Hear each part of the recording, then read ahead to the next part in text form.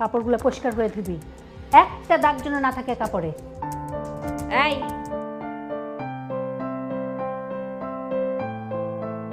নাটকের শুরুতে দেখা যাচ্ছে ময়নার শাশুড়ি ও খালাতো ননদ ময়লা কাপড় ধোয়ার জন্য ময়নাকে দিচ্ছে, আর তার খালাতো ননদ বলছে, এইগুলো কে দেবে শুনি, আমি জীবনে তো এত দামি ড্রেস চোখেও দেখিসনি, একটা ড্রেসও যেন নষ্ট না হয়, এগুলো ভালো করে ধুয়ে দিবি।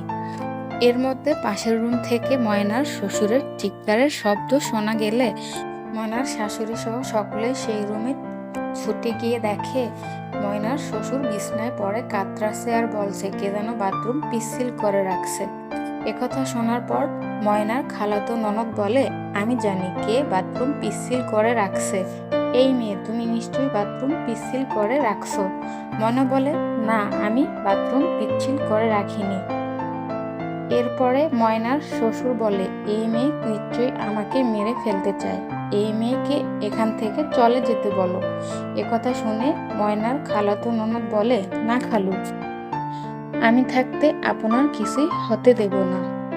এদিকে সজীবের বন্ধু সজীবকে বলে, বন্ধু তোমার মতো কপাল কয়জনের হয় বলো, ঘরে দুজন সুন্দরী নারী, একজন তোমার বউ আর অন্যজন তোমার খালাতো বোন, দুজনই তোমার প্রেমে ফিদা, তারপরও যে তোমার কি এমন শূন্যতা বুঝতে পারি না দোষ।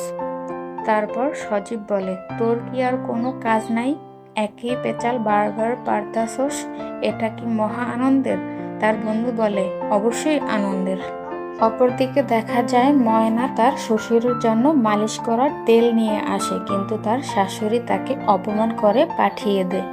তারপর দেখা যায় সজীব বিমর্ষ হয়ে রুমে পায়তারা করছে। এমন সময় রুমে সজীবের খালাতো বোন আসে আর বলে, তুই কোথা থেকে এক বস্তির মেয়ে ধরে এনেছিস, এবং সারাদিনে ঘটে যাওয়া সকল ঘটনার বর্ণনা দিতে থাকে। এর এক পর্যায়ে সজীব বলে ওঠে, এত কিছু হয়ে গেছে আর আমি কিছুই জানি না। এরপর সে বিছানা থেকে উঠে দাঁড়িয়ে ময়নাকে ডাকতে থাকে। তারপরে ময়না রুমে আসলে সে সজোরে ময়নার গালে থাপ্পড় মারে। এরপর কি হলো জানতে চাইলে দেরি না করে নাটকটি এখনই দেখে আসুন। আর এই নাটকের তৃতীয় পর্ব আসছে খুব শীঘ্রই, দেখার জন্য আমার চ্যানেলটি সাবস্ক্রাইব করে সাথে থাকুন। আল্লাহ হাফেজ।